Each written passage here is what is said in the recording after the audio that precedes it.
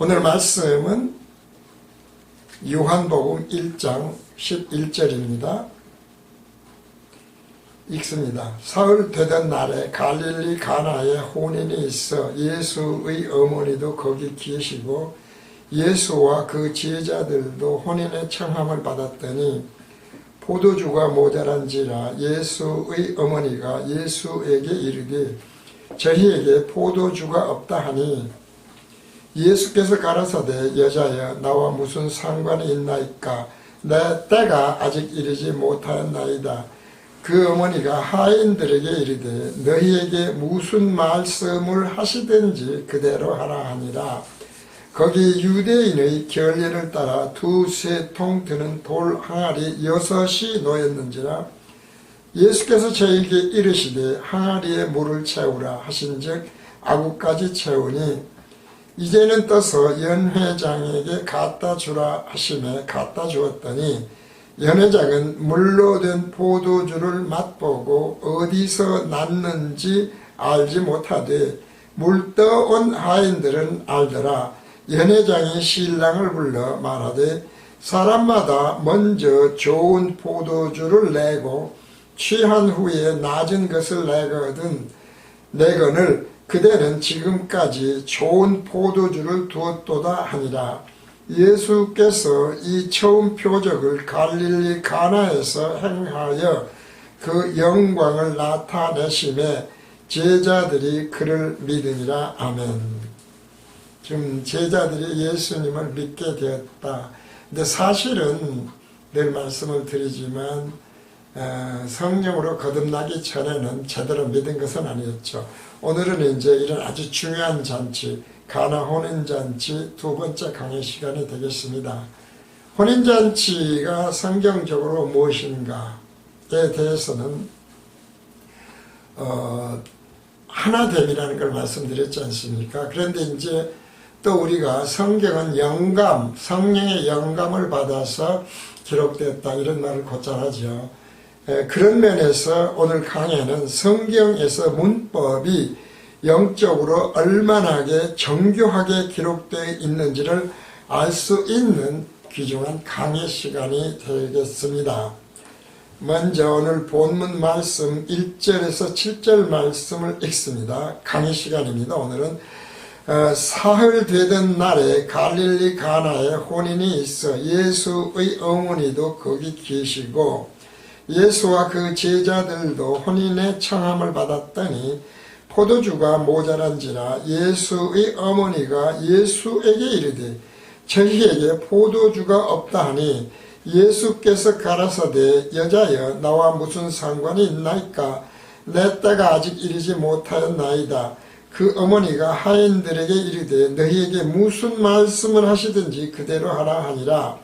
거기 유대인의 결례를 따라 두세 통 드는 돌 항아리 6이 놓여 있는지라. 예수께서 저희에게 이르시되 항아리에 물을 채우라 하신즉 아구까지 채우니. 전시가 우리가 이제 그 강해 가나의 성경 지명 강해로 해서 가나에 대한 말씀 드리면서 혼인잔치가 어떤 것인지는 어느 정도는 말씀을 드렸습니다만은 지금 이것을 다시 가나 혼인잔치라고 해서 첫 번째, 두 번째 강의를 하고 있거든요. 왜냐하면 성경에서 혼인잔치라고 하는 의미는 대단히 크다.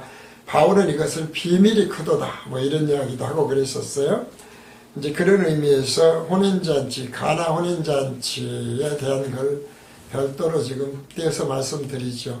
왜 그러냐면 이제 복음교실의 입장에서 볼 때에는 검색을 가나 혼인잔치라고 해서 검색을 해보면 이제 굉장히 많은 그 검색 이제 목사님들이 이렇게 설명하거나 또 아니면 신자들이 설명을 해놓은 가나 혼인잔치가 많이 나오더라고요. 근데 복음교실에서는 뭐 어떻게 생각하는지 모르지만 사실은 굉장히 수준 높은 그런 강의를 하고 있는 것 아니겠습니까? 그런 의미에서 얼마나 그 분별을 하는데 또 얼마나 큰 차이가 있는가 뭐 이런 것을 알 수 있도록 하기 위해서 가나 혼인잔치를 지명강해에 이어서 다시 지금 말씀을 드리고 있습니다. 우리가 이제 가나 혼인잔치 두 번째 강의에서는 첫째로 전 시간에 이어서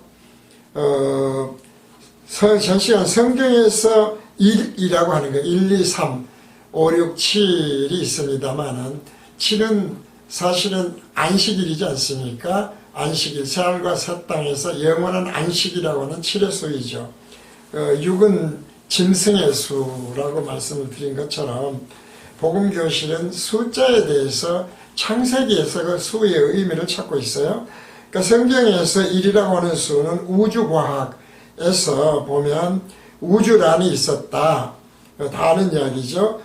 그런데 우주란만 있을 때는 빛이 없었으니까 흑암만 있었겠죠. 이 흑암의 세상을 빅뱅이 우연히 과학자들은 되었다고 그러지만 하나님에 의해서 시작했던 것이다 라는 것을 분명히 성경은 창세기 1장 1절에서 알려주고 있어요. 그러니까 흑암만 있었던 세상을 빛이 있게 한 것이 첫째 날 아니겠습니까? 그래서 하나님이 빛과 어둠을 나누었다 라고 되어 있죠. 그러니까 빛과 어둠을 나눈 것이고 동시에 일은 시작의 수이다. 성경에서 이런 말씀을 드릴 수 있고요. 2라고 하는 수는 둘째 날이니까 영계와 육계, 즉 보이지 않는 영과 보이는 물질인 육으로 나누어지는 수다. 영과 육으로 나누어지는 수다. 그래서 그전에 말씀드렸지만은 보면은 이제 3이라고 하는 것은 물질적인 육에서 영원한 생명의 예표인 육적 생명이 나타나는 날이 3이에요. 그래서 생명의 신비수인데 전 시간 그래서 말씀을 드린 대로 우주에 다른 생명체가 있다고 하는 것이 성경적으로는 이상할 것이 하나도 없다. 이걸 이제 과학적으로 말씀을 드렸어요. 복음교실에서는 이런 과학에 대한 공부를 많이 하고 있는 것이죠. 진화론 같은 것도 마찬가지고요. 공부를 나름대로 많이 합니다. 심지어 뭐 이전에도 잠깐 말씀드렸지만 심령과학이라고 하는 것까지도, 그 다음에 이제 정신통일 같은 것들도 공부를 하고 그래요. 이러면서 1, 2, 3이라고 하는 수를 나눠드렸어요. 그러니까 신비의 수, 생명이 나타나는, 그러나 그것이 육과 영과 육이라고 하는 보이는 육과 보이지 않는 영의 생명의 수라고 하는 것이 3이다. 그래서 성부와 성령과 성부와 성자와 성령이라고 하는 삼위일체도 3으로 되어 있고, 그리고 이제 우리가 잘 아는 대로 에집트의 피라미드 같은 것이 이렇게 삼각형인데 그 삼각형 속에 어떤 씨앗을 두면 썩지 않더라, 그런 것도 있지 않습니까? 하여튼 그 정말로 신비의 수예요. 과학적으로 그래요. 그냥 단순히 복음교실은 그래서 신비주의 그런 걸 이야기하는 게 아니에요. 과학적으로 증명된 것들을 말씀드리고 있는 거죠. 그래서 이제 두 번째로 다시 그러면서 성경에서 혼인잔치는 뭐라고 그랬습니까? 죄사함을 받고 성령으로 거듭남으로써 새 생명이 들어오지 않습니까? 새 생명. 그 생명이 누구예요? 예수님이 아닙니까? 새 생명은 인간의 생명이 아니에요. 새 생명은 예수님. 왜냐하면 나는 죽어버린다고 하는 거니까. 사탄, 죽은 자의 영인 사탄 마귀의 악한 영은 나가버리고, 완전히 나가는 건 아니에요. 완성되는 거 아니니까. 육이 있는 한 완전히 못 나가요. 그러나 어쨌든지 간에 새 생명, 예수 그리스도가 그 몸에 들어오는 것이 거듭납니다. 이제 이 말씀을 여러 차례 드렸습니다.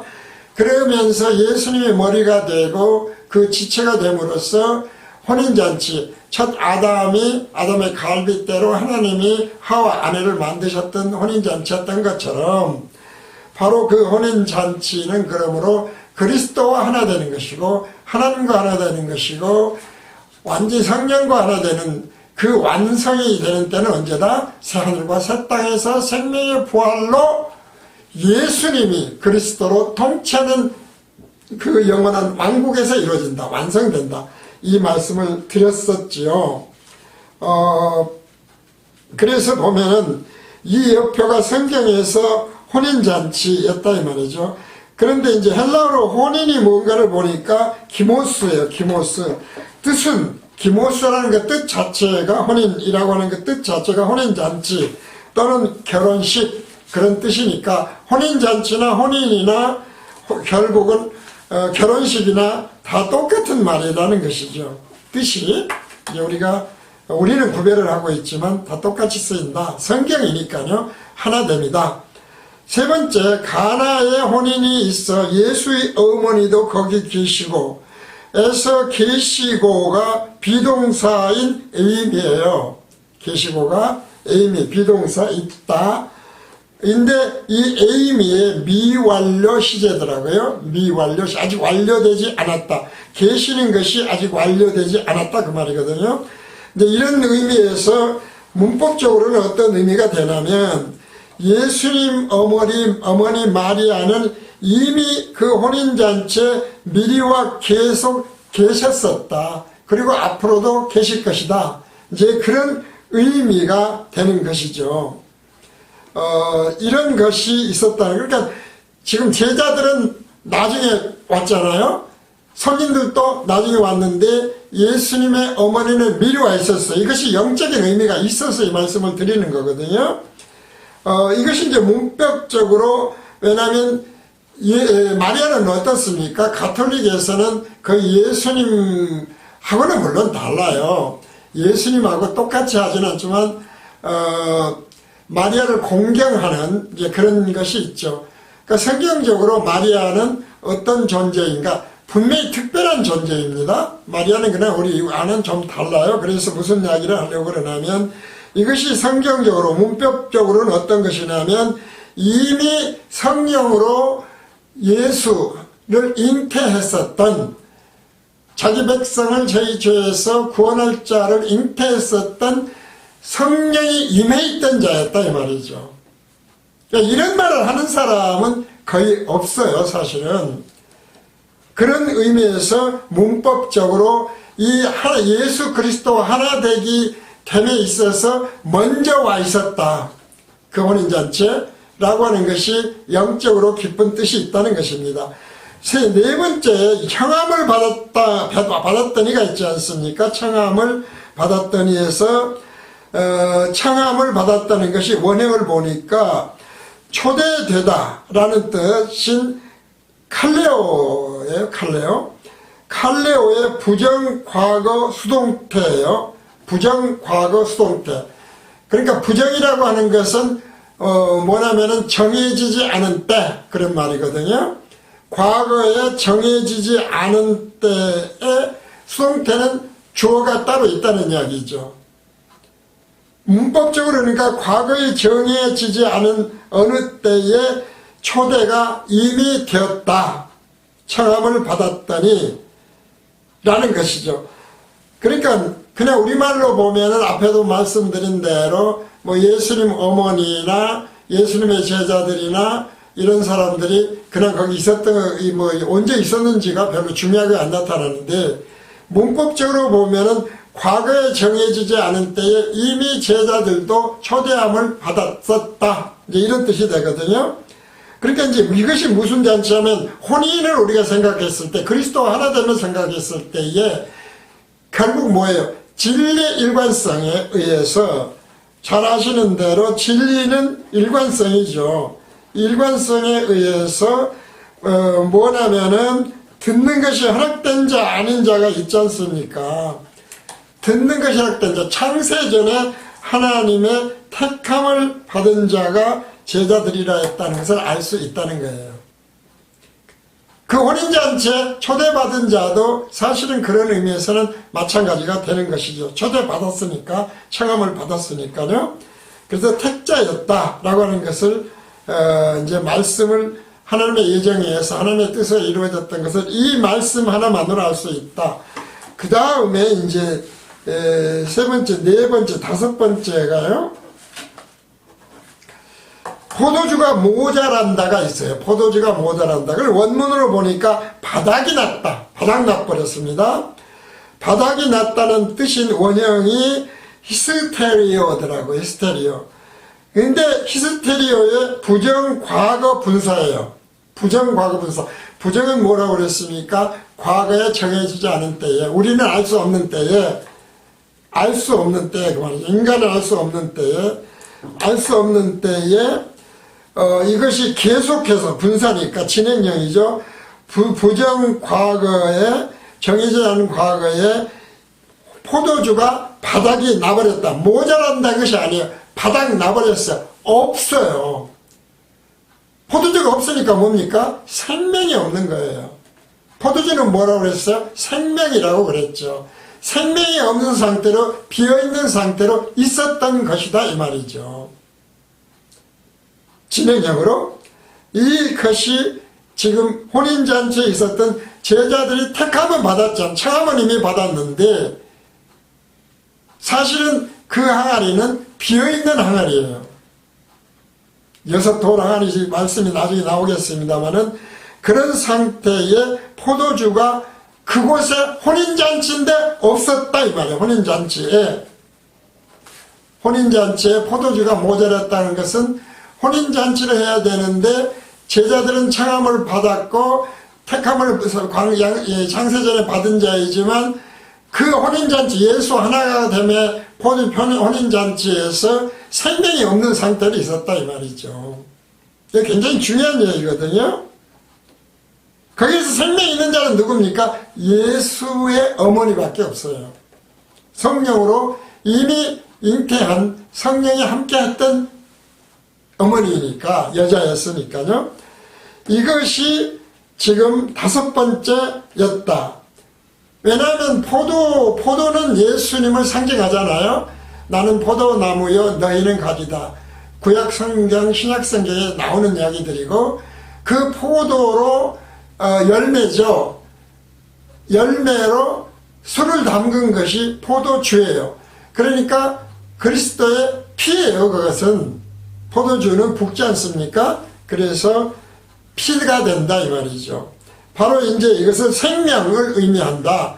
그리고 죄사함을 덮기 위한 그리스도가 십자가 대속으로 흘리신 보혈의 피로 덮는다. 이런 것들을 포도주에서 생각을 하면 됩니다.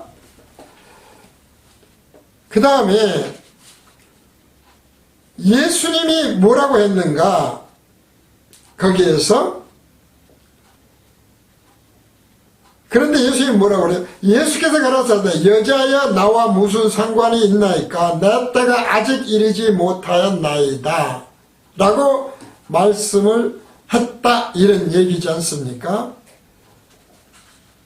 청함을 받았더니 그리고 예수님의 어머니가 말씀을 하시지 않습니까? 포도주가 모자란지라 예수의 어머니가 예수에게 이르되 저에게 포도주가 없다 하니 모자란 게 아니라 없었어요. 텅 비었어요.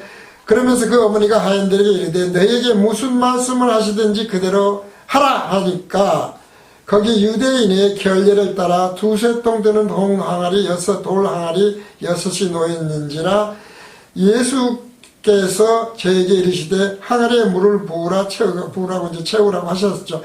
근데 그 전에 4절에서 예수께서 가라사대 여자여 나와 무슨 상관이 있나이까? 포도주가 없다고 하니까 이제 이렇게 대답을 하셨죠. 그러면서 내 때가 아직 이르지 못했다라고 하는 것이 어떤 의미일까를 지금 깊이 있게 문법적으로 살펴보는 거예요. 자, 무슨 상관이 있나이까로 번역이 된 헬라어를 원문을 보니까 티스로 아주 간단하더라고요. 무슨 상관이 있나이까라고 한 긴 말인데 헬라어에서는 티스라는 아주 간단한 말로 되어 있어요. 단어더라고요. 뜻은 누구냐면 무슨 말이냐면 누구, 어느 것, 무엇, 어째서, 무엇 때문에 등의 여러 가지 뜻이 있어요. 뭐 누구, 어느 것, 무엇, 어째서, 무엇 때문에 등의 여러 가지 뜻이 있더라고요.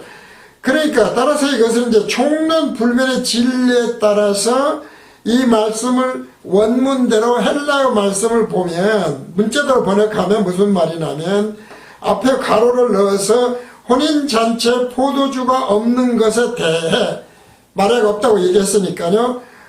포도주가 뭔지는 지금 생명, 죄사함, 십자가의 피 이야기했습니다.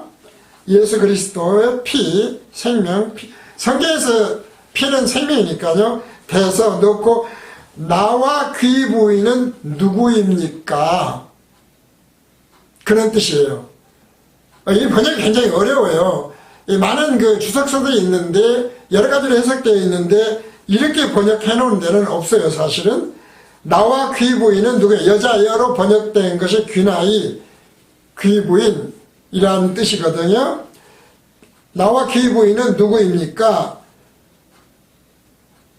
이런 뜻으로 번역을 해야 한다. 그래서 다시 말씀드리면 예수님은 아직 십자가 대속을 하실 때가 아니다. 내 때가 아니다. 안 되었다. 내가 죄사함을 흘리기 위해서 십자가 대속의 피를 흘릴 때가 되지 않았다. 라는 그런 말씀이다 이 말이죠. 그래서 내 때가 아직 이르지 못하였나이다 라고 한 것이다. 그런데 지금 자기를 낳아준, 육적으로 낳아준 마리아와 그 다음에 예수는 누구냐? 이 일에 있어서 어떤 일을 해야 될 사람들이냐? 아직 내가 때가 되지 않았다 라고 얘기를 했는데 마리아는 어떤 사람입니까? 이미 예수님이 십자가 대속으로 죄사함을 얻게 할 것을 성령으로 다 알고 있는 여자예요. 물론 중간에 어렸을 때 잃어버리고 어떻고 하는 그런 얘기가 있지만은 마리아는 어쨌든지 간에 성령으로 잉태했던 예수를, 그렇기 때문에 그야말로 마리아야말로 굉장히 정말 우리도 택함을 받았지만 굉장히 택함을 받은 대단한 여인이죠. 그래서 이제 아직 내 때가 이르지 못했다 해서 때를 찾아보니까 우리가 자주 말씀드렸던 호라예요. 호라.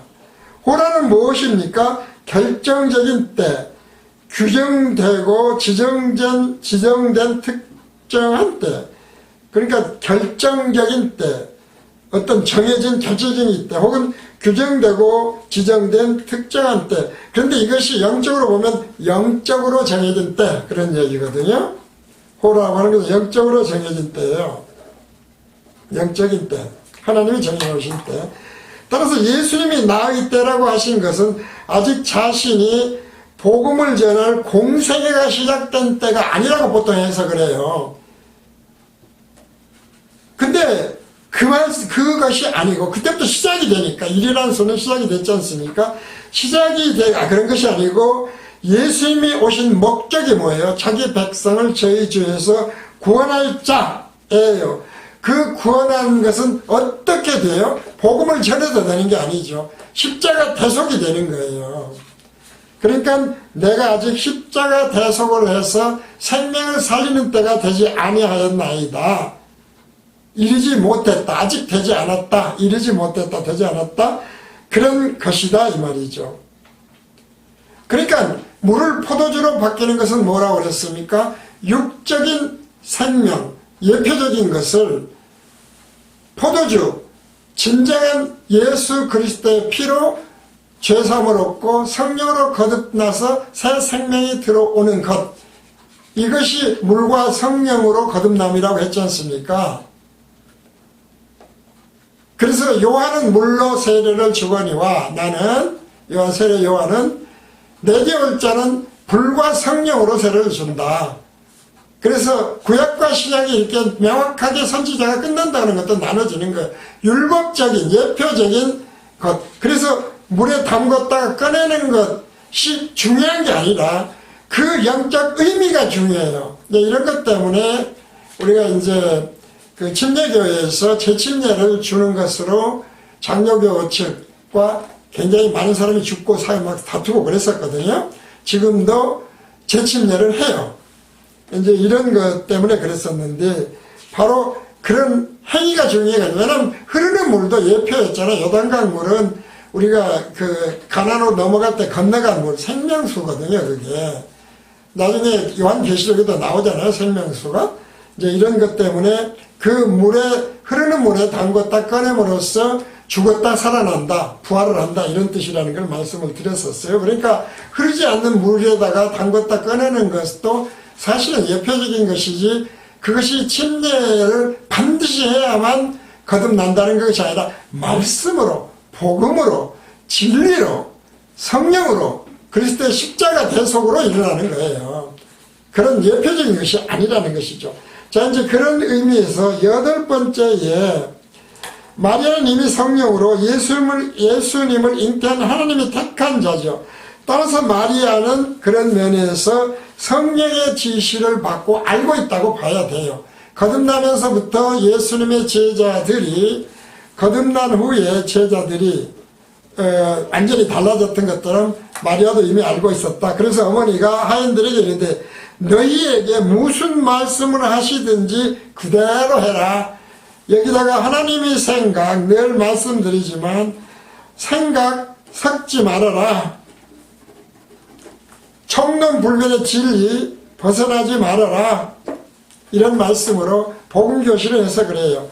자, 이제 그런 면에서 우리가 9번째, 다시 지금 쭉 강의를 드리면, 하인들은 뭐나 하니까 헬라의 눌로스가 아니에요. 눌로스는 일종의 노예거든요. 그 하인들, 노예, 눌로스라고 하는 것이 종이기도 하고 노예이기도 해요. 눌로스가 아니고 헬라어 디아토노스예요. 디아토노스. 디아토노스라고 하는 것은 뜻이 뭐냐면은 일을 돕는 자, 일꾼, 그런 뜻이에요. 그러니까 이 일을 돕는 자와 종은, 노예는 다르죠. 이제 이런 것이 단어가 다르더라고요. 그러니까 디아토노스라는 단어가 다르더라. 바로 이런 것들이 이제 데살로니가 전서 3장 2절, 에베소서 6장 21절, 골레소서 4장 7절 등에 이것이 디아토노스가 쓰였던 단어예요. 그래서 지금으로 말하면 저는 그렇게 생각하지요. 뭐 교역자들이에요. 교역자, 기독교의 교역자, 뭐 전도사나 무슨 목사님들이나 등등 장로님들 등의 교역자를 여기에서 하인들인 디아토노스로 원문이 되어 있다. 이제 이렇게 보고 있는 거예요. 그래서 이걸 좀 더 세분해 보면 그 다음에 이제 결례가 있어요. 결례가 이제 헬라어로 보니까 카다리스몬이에요. 카다리스몬은 성경에서 3가지 의미를 갖습니다. 첫 번째가 죄의적 정결에 따른 신체적인 육적인 정결. 육적으로 정결해요.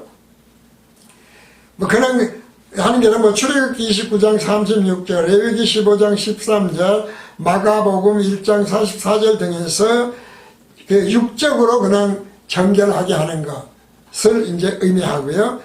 두 번째로 결례의 뜻이, 카다리스몬의 뜻이 세례 요한에서처럼 유대인의 종교의식에 따른 세정식이에요.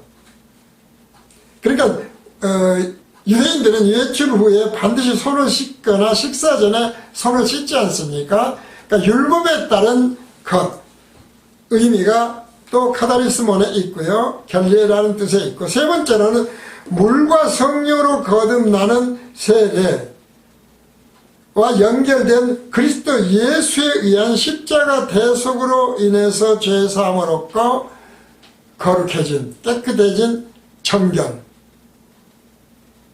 그러니까 앞에서 세례 요한에 의한 종교의식은 마태복음 15장 2절에 있었던, 이제 문서를 올리겠습니다만은 있고요. 그 다음에 물과 성령으로 죄사함을 얻고 거룩해졌다, 온전해졌다, 뭐 영원히 하는 것은 요한복음 3장 25절, 에베소서 5장 26절, 히브리서 1장 3절 등의 결례로 깨끗해졌다고 하는 카다리스몬이 있다 라고 하는 것을 참고로 나중에 찾아보시고요.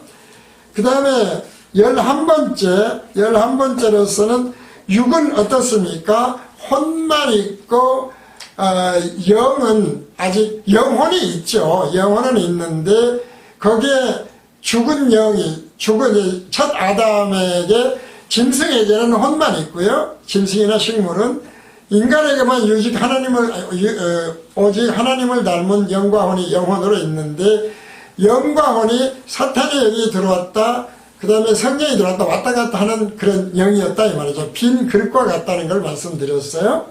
이제 그래서 혼만 있는 경우 6은 짐승의 수로 봐요. 6666을 그래서 짐승의 수라고 한다 이렇게 보는 거예요. 그래서 돌 항아리 6개가 뭐냐면 6이라는 숫자니까 아직 그 몸의 영적 상태가 생명이 없는 상태다. 근데 다행인 것은 영적으로 비어있는 상태이기도 해요. 영이 가난한 자는 복이 있나니 그렇게 돼 있지 않습니까? 이런 빈 상태의 그릇일 때에 늘 말씀드리죠. 컵에 물이 가득 들어 있으면 안 들어간다. 율법의 신비주의, 기복신앙, 신비주의 신앙, 율법신앙에 가득 차 있으면 유대인처럼 하나님 그리스도의 진리의 생명의 복음이 안 들어가요. 그런 의미거든요. 그런 것이 6이라고는 수와 연결돼서 돌 항아리였다. 그러니까 혼인잔치에 돌 항아리가 6개 있다고 하는 것은 영이 가난한 자는 복이 있나니라는 말씀하고도 연결이 될 수가 있는 것을 알 수가 있다는 거예요. 거기다가 이제 항아리에 물을 채우라.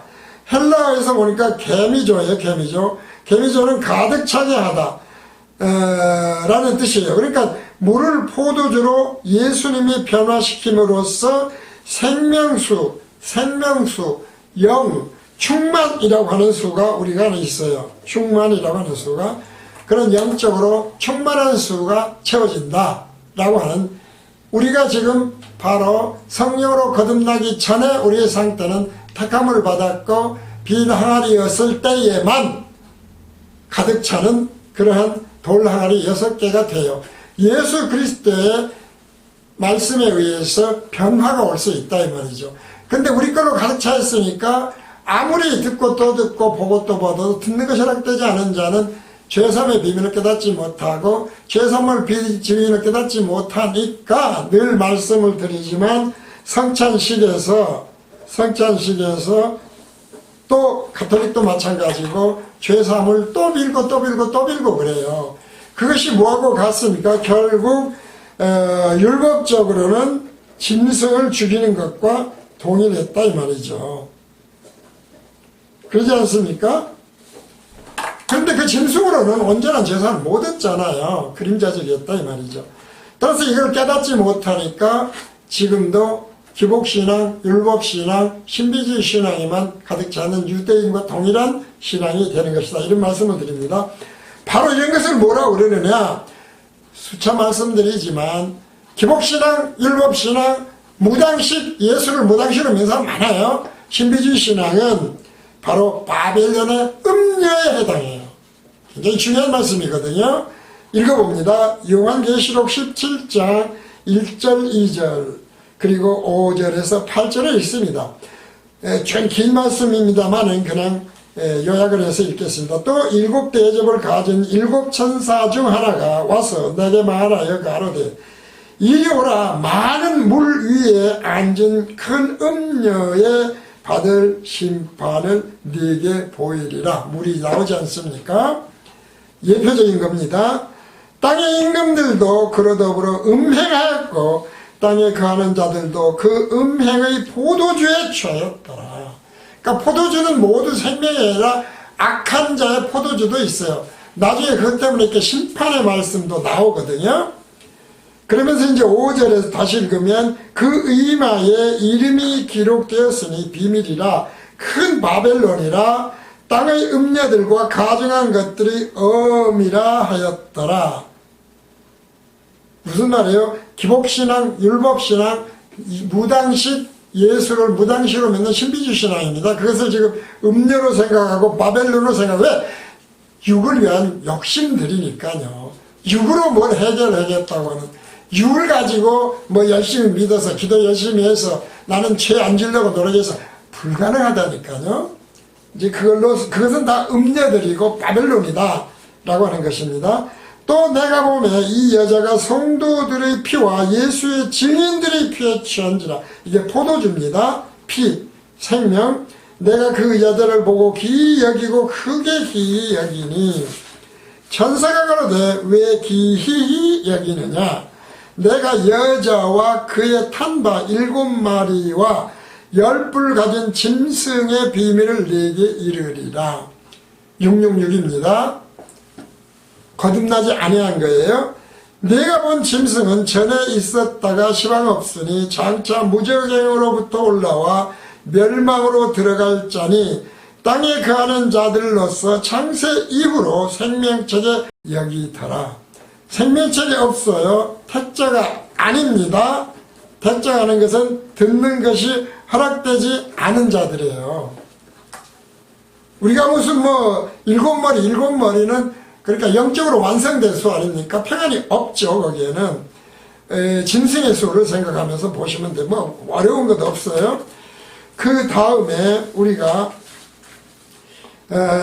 다시 이제